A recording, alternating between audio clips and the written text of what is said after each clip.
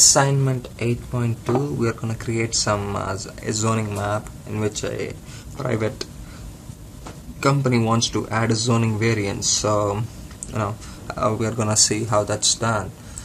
So first I'm going to add data in my empty map. I'm going to go to East Liberty. First I'm adding my curbs, in which I'm going to add the arc file, and then in the East Liberty I'm going to add the polygon, which happens to be the boundary, and also I'm going to add the parcel which has the polygons. So now I have my layers that I need to actually go ahead with this assignment. The first thing I'm going to do is save this as assignment.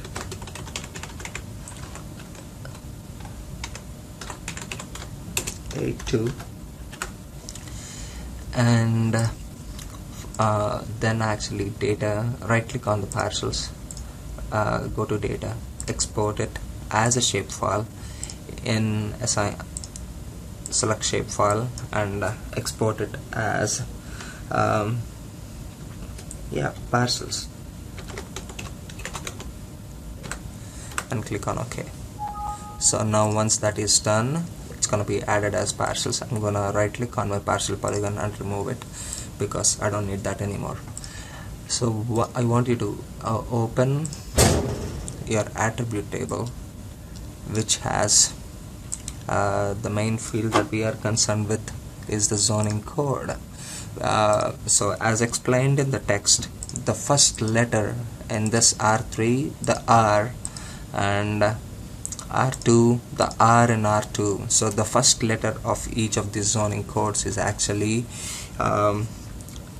is the zoning code, and we need to create a new field to reduce these different categories into just 5 categories. So what I'm going to do is create a new field called zone, and it's going to be text with the length 1, and right click on zone and click on field calculator, and and scroll down to zone. Okay, scroll down to all the fields, but first you have to use this function left, in which you're going to use the left from zoning code. The number of characters we need from the left of the zoning code is just 1, so I'm going to use that. Click on OK. So now that's being processed, and now you see how those 2-letter codes are being reduced into 1-letter codes. So the next step is actually to edit the zoning, because this commercial company wants certain codes to be certain parcels zoning code to be changed to I think they want to change it to a commercial purpose. So we're going to identify those parcels and change the value of the zone for them. So these values are 628. I'm going to scroll up, the FID value 28, and press and hold control while you do this. 628, 647, 647, 661, 666, and 675. So these I'm just gonna see what's being selected. So that looks about right, because everything is pretty close by and looks like they're going for one big development. So that's fine.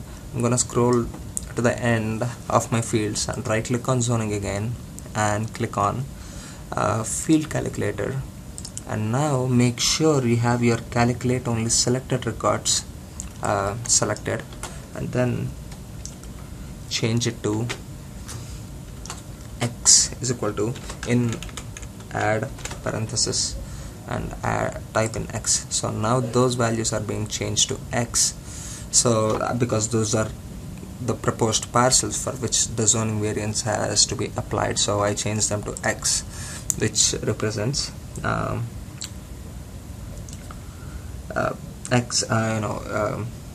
which represents actually the proposed change. Anyways, now I'm going to apply these. I'm going to change my curves to gray and actually 0.5, and the parcels, actually I'm going to deal with the parcel a little later, and turn off the parcels and make sure the East Liberty polygon is actually set to hollow with a big bright outline. And the next step is to actually dissolve these parcels, because we need to create those zones. So how do you do this is go to data management and go to general, and something called this in the generalize, actually go to generalization and then use the dissolve functionality, and I'm gonna drag and drop my parcels, or you can actually just select using the drop down menu, and I'm gonna dissolve them based on my zone, and I'm gonna output is statistics is gonna be used for the 3 tax fields. So I'm gonna select my tax land A, which is gonna be sum, and tax building, and then that's gonna be a sum 2, and the next field that we need is the tax area, which is also gonna be a sum field. So we're gonna summarize those 3 tax fields when you're actually combining or dissolving these parcels into zones, and click on OK.